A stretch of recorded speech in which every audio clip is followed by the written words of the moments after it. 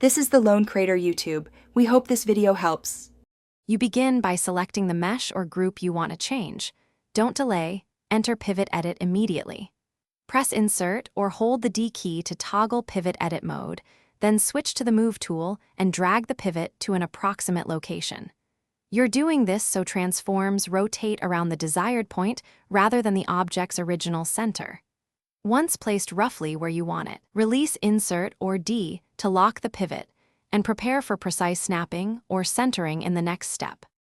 Now refine the pivot location by snapping to components. This gives precise control. With Pivot Edit active, hold V for vertex, C for curve, or X for grid snapping while you move the pivot to snap it exactly to a vertex or edge point. For a quick geometric center instead, use Modify Center Pivot to place it at the object's centroid. You're doing these steps so rotations and scales behave predictably.